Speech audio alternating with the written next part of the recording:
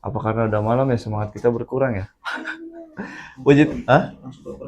Ayo, puji Tuhan.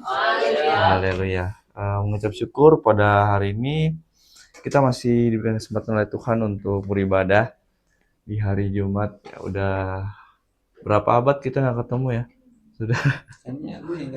Iya, jarang datang ya. Iya. Sudah 5 hari dari hari Minggu udah kita nggak ketemu.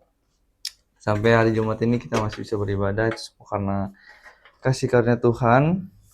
Jadi pada malam hari ini aku mau bawa firman Tuhan. Temanya itu belum move on juga. Ya, di sini siapa yang masih keinget mantan? Yang masih belum bisa move on dari HTS, just friend, nggak pacaran tapi nggak bisa move on. Apa? Nggak, maaf ya mas, kita udah nggak bisa move on. Ya, jadi tema ini terambil itu karena ada salah satu murid kemarin di kelas 2. Jadi kondisi di kelas 2, terutama di kelas-kelas kecil itu agak lumayan rame, lebih tepatnya rame. Jadi kalau misalkan di kelas-kelas kecil butuh effort atau apa ya namanya ya, butuh energi yang besar lah, energi yang cukup besar supaya kita bisa mengajar di kelas 2. Nah, jadi kalau misalkan waktu itu ngajar, kalau misalkan lagi ngajar tiba-tiba kita lagi ngajar ada aja pertanyaan yang muncul sama mereka, tiba-tiba ada distraksi lah. Kita lagi ngajar tiba-tiba dari ujung kanan ujung kiri tiba-tiba mister mister, tiba-tiba yang di tengah mister mister. Jadi waktu ngajar 3 orang bersamaan angkat tangan sembari nanya mana yang mau didengarin ini, gitu kan. Nah jadi memang butuh energi yang lumayan lah. Nah terus satu ketika pas mereka lagi nulis tiba-tiba yang satu ngadu kayak mister mister, ini si Efraim ini salah satu inilah murid yang apa namanya cukup, kalau bukan nakal juga sih, lebih tepatnya anak yang energinya banyak, jadi aktif lah ke sana ke sini gitu kan. Habis itu tiba-tiba isengin temennya. Nah tiba-tiba ada yang ngadu, satu temennya bilang mister aku udah minta maaf sama si Efraim tapi nggak dimaafin sama dia. Ah sementara si Efraim ini dia sering ngadu sama sama aku gitu kan. Mister, tadi aku habis ditendang, padahal dia ngusilin duluan. Mister, tadi aku habis didorong, padahal dia yang mulai dorong duluan. Playing victim ya? Iya, playing victim. Aku bilang, makanya aku bilang, kayak, kamu mulai duluan gak? Ya kan? Jadi dia langsung diem. Nah, kalau misalkan dia diem, artinya dia mulai duluan. Biasanya kayak gitu. Jadi seolah-olah dia tuh korban, padahal dia pelakunya. Pelaku di awal itu dia. Nah, terus dari situ, dia nggak mau maafin temennya karena apa namanya tangannya itu keinjek waktu nulis di bawah, jadi lagi nulis terus keinjek kakinya tangannya sama temennya, terus dia nggak mau maafin gitu kan. Nah dari situ gue bilang lah ini anak nggak mau maafin temennya sementara dia suka usilin tapi temennya maafin gitu. Nah dari situ muncullah sebuah tema ini kan tentang move on ini. Nah terkadang move on itu bukan cuman di hubungan kayak hubungan romantis lah atau hubungan dari personal kayak pasangan. Tapi belum move on juga bisa dari kehidupan kita. Contohnya kesalahan orang lain yang masih kita bawa. Mungkin orang lain itu eh, belum menyatakan sebuah permintaan maaf atau mungkin masih ada luka di masa lalu yang masih terbawa sama kita. Tapi kita ungkit-ungkit, kita masih mereply atau mereka adegan ulang itu di kepala kita gitu. Nah, jadi coba kita buka kitab kita di Efesus 4 ayat 31 sampai 32.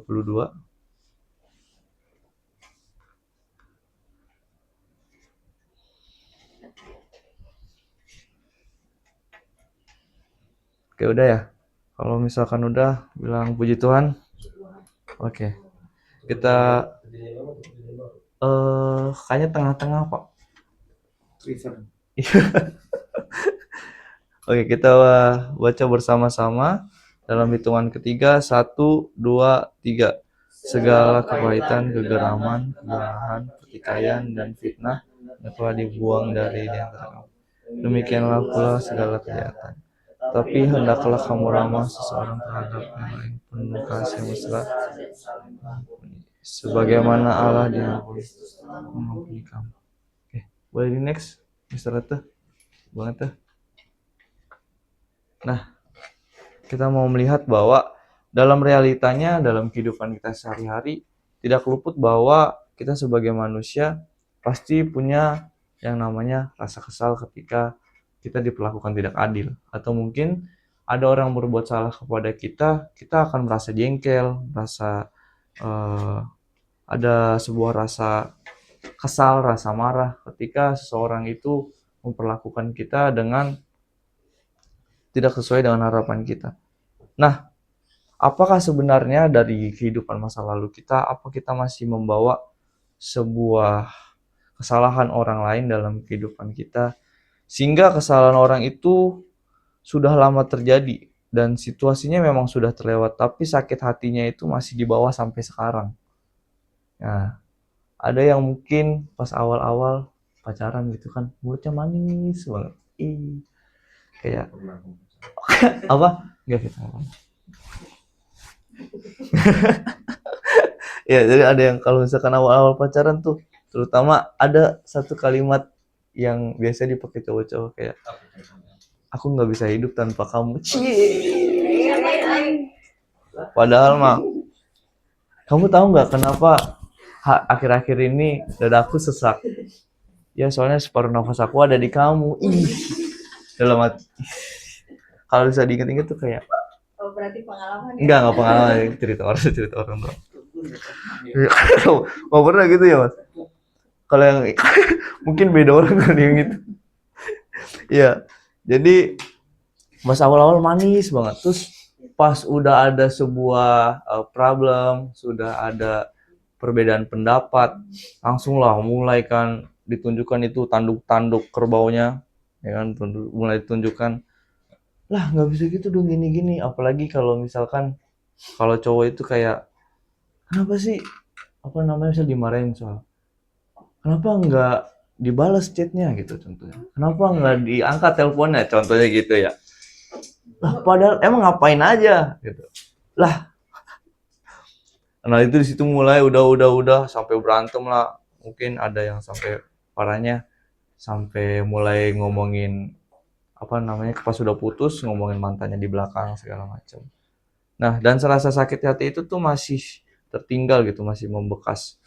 Dan sampai itu secara nggak sadar bahwa itu membawa penyakit dalam kehidupan seseorang. Nah, contohnya dia sudah, ketika ada nama orang itu disebut, pasti yang diceritakan ke orang lain ada hal-hal keburukannya. Hal-hal yang buruk-buruknya aja yang dikasih tahu ke orang. Tetapi waktu pas awal-awal menjalin hubungan mungkin masih tidak mengingat ada hal-hal baik di sana. Nah, begitu juga mungkin dalam kehidupan pertemanan kita, lingkungan sosial kita, atau mungkin dalam lingkungan keluarga, mungkin secara tidak sadar ada beberapa hal yang mungkin masih kita simpan dalam hati kita, mungkin dari perkataan orang tua, atau mungkin dari perkataan seorang anak, atau mungkin dari perkataan teman kita, yang mungkin dalam mulut kita bisa mengatakan, ah udahlah dia teman kita, oh udahlah dia orang tua kita, tapi sebenarnya hati kita itu masih belum bisa menerima atau belum bisa mengampuni hal-hal tersebut gitu. Nah, tapi alasannya kenapa kita masih mengingat kesalahan orang itu begitu lama, ya kan? Kalau kebaikan orang lain itu mungkin kita masih bisa mengingat ya hal-hal sebuah kejadian yang baik, tetapi kalau kejadian atau kesalahan orang lain itu akan membekas tuh lama banget. Ya, kayak contohnya misalkan kita berbuat baik hari ini kepada orang lain, kita membantu orang yang sedang kesusahan, mungkin orang itu lupa gitu. Tapi kalau misalnya kita pukulin orang itu, sampai dia mati juga masih diingat. Saya pernah dipukulin sama orang ini, ya kan? Nah, alasannya kenapa? Apa yang membuat manusia itu masih mengingat kesalahan orang lain begitu lama? Boleh dilanjut, Bang Gata? Ya. Nah, Paulus bilang apa? Dalam Efesus 4 ayat 31 sampai 32, buanglah segala kepahitan, kegeraman, kemarahan, pertikaian dan fitnah serta segala kejahatan. Tetapi hendaklah kamu ramah seorang terhadap yang lain, penuh kasih dan saling mengampuni sebagaimana Allah di dalam Kristus telah mengampuni kamu. Nah, yang harus kita buang adalah kepahitan. Kepahitan ketika seseorang itu sudah berbuat kesalahan, mungkin kita masih menyimpan kepahitan, kita masih menyimpan rasa benci dalam hati kita. Mungkin kita bisa senyum, ya kan, ketemu orang kayak, iya, senyum, matanya masih terlihat senyuman, tapi sebenarnya kita masih menyimpan rasa benci. Nah, kita kalau kegeraman gitu kan, kalau kita udah denger namanya aja kayak kesal banget gitu kan. Nah, terus kayak kemarahan, ada pertikaian juga, fitnah. Kalau fitnah ini udah parah banget nih orangnya, kayak suka ngomongin orang nih kalau udah fitnah nih. Nah, lalu di kalimat yang selanjutnya itu dibilang bahwa kita sebenarnya harus memilih dari ramah, kasih, dan mengampuni. Sebagaimana Allah di dalam Kristus telah mengampuni kamu. Nah, terkadang kalau misalnya kita melihat, mungkin ada beberapa karakter orang itu beda-beda ya. Ada orang yang kalau misalkan nggak suka sama orang itu masih bisa kayak masang muka yang kayak terlihat enjoy, masih bisa tersenyum atau mungkin masih bisa biasa aja. Tapi ada juga kalau misalkan orang yang udah nggak suka gitu, ada nih orang nggak suka nih sama satu orang, udah dia mau lewat, mau ngomong, mau apapun tuh dia nggak peduliin gitu. Seandainya dia lewat atau lewat depan kita aja, kita gubris gitu. Nah, ada juga beberapa karakter orang itu memiliki karakter yang atau sifat yang berbeda-beda ketika orang itu sudah kesal terhadap orang lain. Nah, tetapi dalam ayat ini dijelaskan bahwa solusinya adalah, tapi hendaklah kamu ramah seorang terhadap yang lain dan kasih saling mengampuni. Nah, mungkin ini terlihat mudah, ya kan? Terlihat mudah untuk diucapkan, tetapi pada kenyataannya ketika itu terjadi atau sebuah insiden atau fenomena itu terjadi, firman Tuhan ini begitu sulit untuk dilakukan. Nah, justru itu kita mau belajar bagaimana sebenarnya ramah dan kasih itu sendiri itu bisa membuat kita mengampuni orang lain. Boleh dilanjut lagi, Bang Ata? Nah, ini alasannya kenapa kita selalu mereplay atau mengulang adegan kesalahan orang lain dalam kehidupan kita. Kenapa selalu sama gitu? Karena kita terus putar kejadian yang sama, mengulangi di pikiran, mengulangi di hati, makin sering replay, makin berat. Padahal kita pengen bebas. Nah, ketika seseorang itu membuat kesalahan dalam kehidupan kita, itu kayak membuat reka adegan ulang di kepala kita. Ketika orang itu ngomong soal kayak, sorry ya, contohnya kayak gini deh, kayak guru ngatain bodoh, sorry ini contoh aja. Misal, tugas gini doang kamu nggak bisa ngerjain, bodoh banget sih kamu. Mungkin guru itu bilang kayak, ya emang faktanya anak ini apa namanya masih belum cukup kemampuannya. Tapi karena dia udah kesal gitu kan, sampai dia ngatain bodoh. Mungkin si gurunya kayak nggak sadar gitu bahwa yang diucapkannya itu akan membekas. Tapi anaknya ini sampai mungkin dia punya anak, sampai dia tua, itu akan membekas gitu di pikiran dan memorinya dia. Karena apa? Karena rasa sakit itu, rasa sakit hati itu terbayang-bayang di pikiran gitu. Mungkin bukan hanya kalimatnya aja, tapi dari ekspresi muka, dari suasana kelas, dia bakal inget terus. Nah, kenapa bisa begitu? Karena itu adalah bentuk pertahanan dari pikiran manusia itu sendiri. Nah, jadi ketika seseorang itu melakukan kesalahan itu akan terekam di memori manusia itu sendiri dan terus berulang. Nah, kejadian itu cuma sekali tapi replaynya itu bisa berkali-kali. Nah, apalagi kalau misalkan kita udah kesal sama orang gitu kan. Kita denger-denger namanya atau ngelihat orangnya aja yang kebayang itu rasa kesal kita karena perbuatan mereka atau perbuatan dia gitu. Nah, boleh dilanjut lagi Bang Ata? Nah, pertanyaan kenapa susah lepas? Yang pertama itu merasa dirugikan.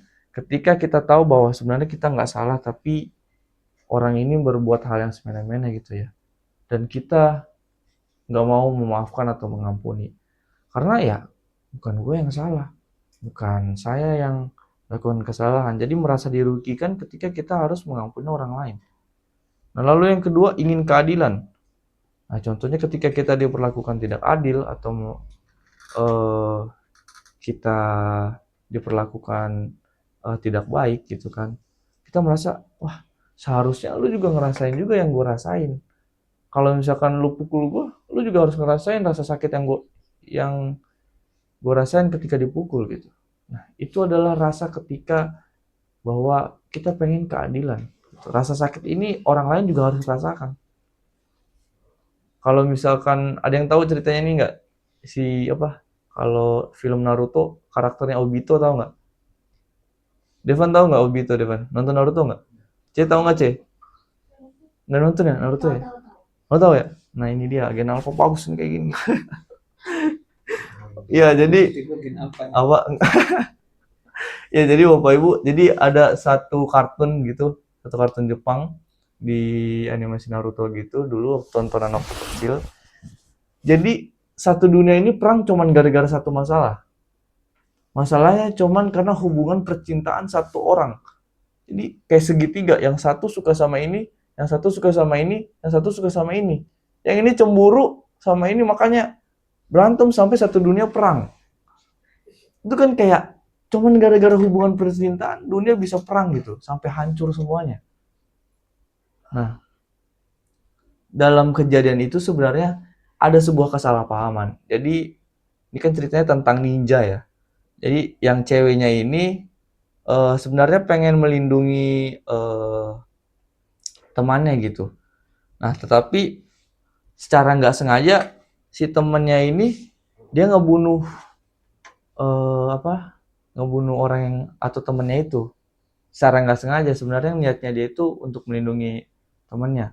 Nah, orang yang dia suka ini, yang suka ceweknya ini, dia itu karena melihat di depan matanya gitu, kok orang yang gue suka malah dibunuh gitu. Padahal kita satu tim loh, 3 orang itu. Nah akhirnya dari situ mulai kebencian sampai muncullah perang gitu. Ceritanya sih panjang ya bagus, tapi permasalahannya satu. Kalau ditanya kenapa bisa perang dunia, karena hubungan percintaan gitu. Jadi kayak meskipun aneh sih sebenarnya ya kalau misalkan dilihat dari ceritanya gitu. Nah tapi itulah yang namanya juga kebencian ketika kepahitan itu sudah tersimpan dalam kehidupan manusia, itu kita ngerasa bahwa itu nggak adil gitu. Begitu juga yang dia rasakan nggak adil. Kenapa harus terjadi sama kehidupan gua gitu contohnya. Nah lalu yang ketiga adalah mengira mengampuni berarti membenarkan. Nah ketika kita mengampuni orang lain itu kita mengira bahwa wah kalau itu kan perbuatan salah ya. Ketika kita mengampuni berarti kita membenarkan perbuatan salah itu. Nah terkadang di pikiran kita ada juga seperti itu. Tapi sebenarnya mengampuni adalah memaafkan dari diri kita sendiri gitu. Nah, lalu yang keempat, terus mengulang kejadian di pikiran gitu kan, diulang-ulang terus. Jadi yang di pikirannya dia kalau udah kesel, udah diomongin lah dari satu teman ke temannya. Kan mungkin ada dari kehidupan sosial kita kan, punya satu temen tuh, kalau misalkan udah nggak suka sama satu orang, ceritain ke sana, ceritain ke sini, ke sana, ke sana, sana, sana. Sampai udah berubah-berubah ceritanya. Dari ceritanya A bisa berubah jadi ke C gitu kan. Nah, lalu yang kelima ada ego. Nah, ini dia. Setiap orang pasti punya ego masing-masing. Tapi bahwa ketika kita mau mengampuni otomatis bahwa kita harus melepaskan ego itu juga. Ego itu ingin orang itu mengakui bahwa dia salah. Kita tuh pengen bahwa orang itu ngakuin dia salah. Gitu. Itu doang sebenarnya dari yang perasaan kita. Tapi karena ego kita gitu kan, kita nggak, ya gengsi lah. Mau kayak ngomong langsung gitu kan. Contohnya nih kayak eh, teman kita, melakukan kesalahan gitu kan. Terus kita udah tegur gitu. Nah, dia ngomong kesalahan. Nah, kalau kita bilang-bilang lagi kan lama-lama kayak gengsi gitu kan. Ngapain juga sih? Aturan dia punya rasa kesadaran itu buat mengakui bahwa dia melakukan kesalahan. Nah, dari hal-hal ini, apakah sebenarnya kita itu menjaga luka atau sedang dipenjara luka? Nah, itu pertanyaannya. Boleh dilanjut, Bang Ata? Nah, apa dampaknya ketika kita terus menyimpan yang namanya kepahitan itu sendiri? Yang pertama itu adalah merusak hubungan dan hati. Kepahitan menjauhkan diri dari orang lain, hati jadi lebih sulit untuk mengasihi. Nah, terkadang kalau misalkan suasana hati kita sudah berubah, kita bertemu dengan atau bersosial dengan orang lain, itu akan cukup berpengaruh. Contohnya kalau misalkan kita lagi kesel nih, misalnya kan aku lagi kesel sama Bang Atta. Terus tiba-tiba Pak Guru ngomong gitu, kayak minta tolong. Nah, kita nganggapnya kayak, kok ini orang nadanya agak ini ya, jadi agak sedikit sentimen gitu. Nah, secara nggak sadar, suasana hati ketika kita sedang membenci orang atau kesel, itu juga berpengaruh kepada saat kita bersosial dengan orang lain. Ketika sebenarnya niat teman kita adalah menasehati, karena kita udah kesel, jadi seolah-olah teman kita lagi menggurui atau lagi marahin gitu. Jadi perspektif kita berubah karena suasana hati kita. Nah, itu juga cukup berpengaruh kepada hubungan kita dengan orang lain. Nah, lalu yang kedua, membawa beban Tuhan. Kita tetap memegang sesuatu yang Tuhan minta untuk dilepaskan. Ya, kita mungkin datang ke gereja gitu kan, tetapi yang dipikirkan kita sebenarnya bukan Tuhan. Ya, kita masih menyimpan rasa kesal itu gitu. Nah, lalu yang ketiga ada berdampak pada tubuh. Ya, bukan hanya terhadap hubungan sosial atau mungkin pikiran kita, tetapi pada tubuh itu sendiri. Kemarahan dan stres yang berkepanjangan bisa mengganggu tidur, memicu sakit kepala, ketegangan, dan masalah kesehatan lain. Ya, mungkin ada beberapa fisik orang yang beda-beda. Ada yang mungkin lagi ada masalah atau stres, jadi banyak makan, atau jadi malas makan gitu kan. Nah, ada juga yang mungkin jadi susah tidur karena kepikiran terus. Ada juga yang tidur terus gitu. Ada juga yang tidur terus. Jadi fisik orang beda-beda gitu, tergantung dari, kenapa Pak lihatnya santai aja Pak? Iya, tergantung dari fisik setiap orang gitu. Nah, lalu coba kita buka di uh, Ibrani 12 ayat 15. Aku bacain aja deh. Ibrani 12 ayat 15. Ibrani 12 ayat 15.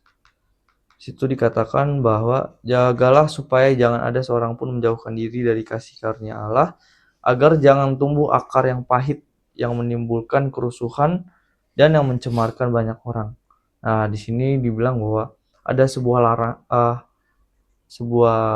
perintah atau himbauan bahwa jagalah supaya jangan ada seorang pun menjauhkan diri dari kasih karunia Allah. Jadi di kalimat yang pertama itu ada sebuah larangan, ada kata jangan di situ, menjauhkan diri dari kasih karunia Allah. Alasannya apa? Karena supaya nggak ada tumbuh akar yang pahit yang menimbulkan kerusuhan dan mencemarkan banyak orang. Nah, seperti yang saya bilang tadi kan, ketika ada akar pahit itu akan berpengaruh kepada sosial kita. Oke, boleh dilanjut banget tuh. Nah, lalu menurut Tuhan bagaimana? Bagaimana pandangan Alkitab mengenai hal ini? Nah, yang pertama itu mengampuni adalah perintah, kita udah baca di Efesus 4 ayat 32. Lalu yang kedua juga mengampuni bukan berarti membenarkan kesalahan. Kita bisa baca di Roma 12. Lalu yang ketiga, pengampunan bukan soal menghitung berapa kali. Bukan berapa kali kita mengampuni orang ini gitu. Nah, kalau misalnya kita bandingkan, gak usah lah kita maafin orang-orang itu. Udah dibilangin juga, tetap aja sama aja. Nah, tapi kalau misalnya kita berkaca kepada hubungan kita dengan Tuhan, sebenarnya kita juga sama. Kalau misalkan Tuhan berpikiran hal yang sama dengan kita sebenarnya nggak selamat ya. Tuhan juga udah bosan setiap minggu, setiap hari dengar doanya apa, minta maaf terus, minta maaf terus gitu kan. Kalau misalkan di Instagram itu aku sering lihat kalau cowok minta maaf gitu kan, maaf ya. Nah, terus ceweknya bilang kayak, maaf terus, ntar juga dilakuin lagi gitu kan. Nah, begitu juga sebenarnya kalau misalnya kita punya kepikiran kayak gitu, ya mungkin kesalahan kita terbatas gitu. Maaf yang diberikan oleh Tuhan itu terbatas, tapi marilah kita belajar bukan hanya soal jumlahnya, tapi bagaimana kita belajar untuk terus mengampuni. Lalu yang keempat, kita mengampuni karena sudah diampuni Kristus. Nah, ini poinnya. Bukan karena kita mengampuni karena dia itu benar, karena perbuatan salah itu kita anggap benar. Enggak, kita tetap tegur, kita tetap mungkin ada kesalahan yang bahwa orang itu nggak benar. Kita bukan mengakui bahwa perbuatannya itu benar, tapi kita mengampuni karena Tuhan Yesus Kristus sudah terlebih dahulu mengampuni kita. Ya, bagaimana Tuhan Yesus sudah mengampuni kita, karena itu kita belajar untuk mengampuni orang lain juga. Nah, lalu yang terakhir berlanjut, gimana caranya supaya move on? Ya kan? Pertama, akui lukanya. Nah, Tuhan tahu. Terkadang kita tuh apa ya? Manusia tuh kayak punya gengsi gitu, bahkan sama diri sendiri. Bukan cuma sama orang lain, gengsi itu kadang sama diri sendiri juga gitu. Contohnya nih, hal paling sederhananya. Kalau misalnya kita nervous atau kita takut gitu, dan kita ke suatu tempat yang baru, terus jantung kita berdebar kencang, atau keringat tangan kita keluar air gitu. Kadang kita nggak mengakui bahwa sebenarnya kita tuh sedang nervous gitu, ya kan? Terus kayak, enggak gue nggak nervous tuh gini-gini.